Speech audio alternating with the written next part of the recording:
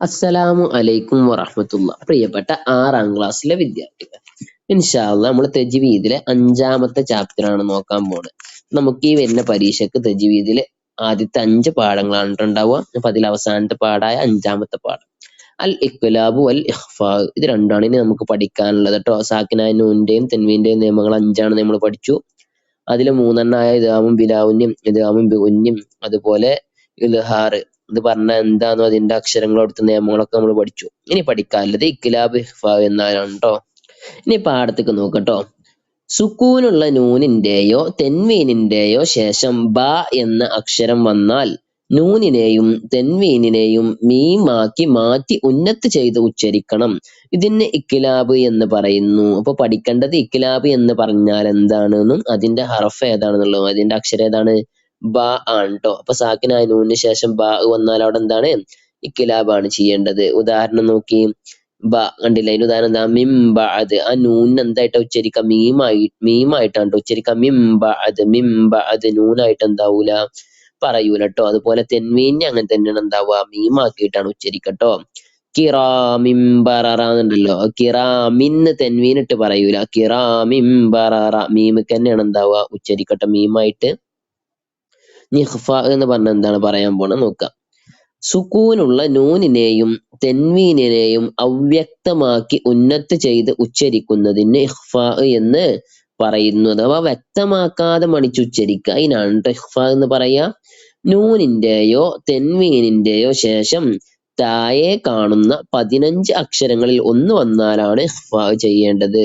ഇപ്പൊ നമ്മുടെ പുസ്തകത്തില് ഉണ്ടാവും ഫസ്റ്റ് പേജിൽ ലാസ്റ്റ് കൊടുത്ത അക്ഷരങ്ങൾ നോക്കുക. ത സ ജീമ് ദാല് ദാല് സ സീന് ഷീന് സ്വാദ് ലോദ് ത്വ ലോ ഫ കാഫ് കാഫ്, ഇങ്ങനെ 15 അക്ഷരങ്ങൾ.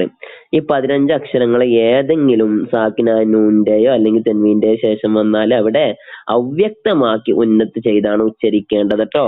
ഇനി അതിന്റെ ഒരുപാട് ഉദാഹരണങ്ങൾ, സാക്കിനായ നൂന് വന്നതും അതുപോലെ തന്നെ തെൻവീന് വന്നതുമായ ഉദാഹരണങ്ങൾ പുസ്തകത്തിൽ ഒരുപാട് പറയുന്നുണ്ട്. അപ്പുറത്തെ പേജിൽ നോക്കിയാൽ കാണാം, ഒരുപാട് ഉദാഹരണങ്ങൾ കാണണല്ലേ.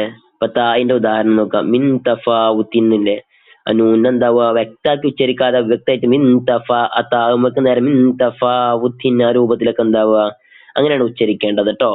അപ്പൊ ഓരോ ഉദാഹരണങ്ങളും പറയാൻ നിൽക്കണില്ല, ഒരുപാട് ഉദാഹരണങ്ങൾ ഉണ്ട്. അതൊക്കെ പറഞ്ഞാൽ ഒരുപാട് സമയം പോകും, അതുകൊണ്ടാണ് കേട്ടോ. നമുക്ക് ഇതിലെ തദ്രീബാത്തുകൾ നോക്കാം.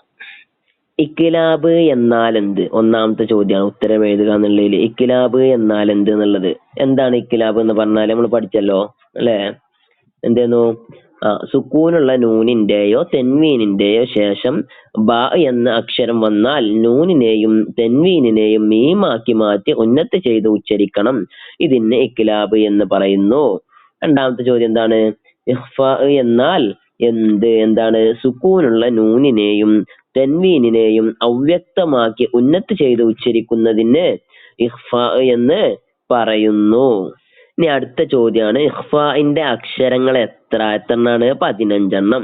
ഇഖ്ഫാഇന്റെ അക്ഷരങ്ങൾ ഏതെല്ലാം, ഏതൊക്കെയാണ്? നമ്മൾ പുസ്തകത്തിൽ പറഞ്ഞല്ലോ, ത സ ജീമ് ദാല് ദാല് സ സീന് ഷീന് സ്വാദ് ലോദ് ത്വ ലോ ഫ കാഫ് കാഫ്, ഇങ്ങനെ 15 അക്ഷരങ്ങളാണ് നമ്മൾ പഠിച്ചില്ലേ. അപ്പൊ അത് മനസ്സിലാക്കി വെക്കട്ടോ. ഇനി അടുത്തതാണ് ഇഖ്ലാബിന്റെ അക്ഷരങ്ങൾ ഏവ. അങ്ങനെ ക്വസ്റ്റ്യൻ കണ്ടാൽ അന്തം മൂടണ്ട. ഇഖ്ലാബിന് എത്ര അക്ഷരങ്ങളേ ഉള്ളൂ? ഒരൊറ്റ അക്ഷരം ഉള്ളൂ. ഏതാണ്? ബാ ആണ്. അപ്പൊ അത് ആദ്യം മനസ്സിലാക്കി വെക്കട്ടോ. ഇനി അടുത്ത ചോദ്യമാണ്, ഈ ആഴ്ചയിൽ ഖുർആൻ പാഠഭാഗത്ത് നിന്ന് ഇഖ്ഫാഇന്റെ ഓരോ അക്ഷരങ്ങൾക്കും ഓരോ ഉദാഹരണം വീതം കണ്ടെത്തി എഴുതുക എന്ന്. അപ്പൊ നമ്മൾ ഖുർആനിൽ ഓരോ ആയത്ത് ഇങ്ങനെ നോക്കുക, സാക്കിനായ നൂന് വരുന്നുണ്ടോ നോക്കുക, അല്ലെങ്കിൽ തെൻവീന് വരുന്നുണ്ടോ നോക്കുക. അത് വന്നാൽ അതിന് ശേഷം ഈ പറയപ്പെട്ട ഈ 15 അക്ഷരങ്ങളിൽ ഏതെങ്കിലും ഒന്ന് വരുന്നുണ്ടോ നോക്കുക. ഉണ്ടെന്നുണ്ടെങ്കിൽ ഏതാണോ അക്ഷരം അതാണ് ആ അക്ഷരത്തിന്റെ ഉദാഹരണം. ആ രൂപത്തിൽ എഴുതട്ടോ.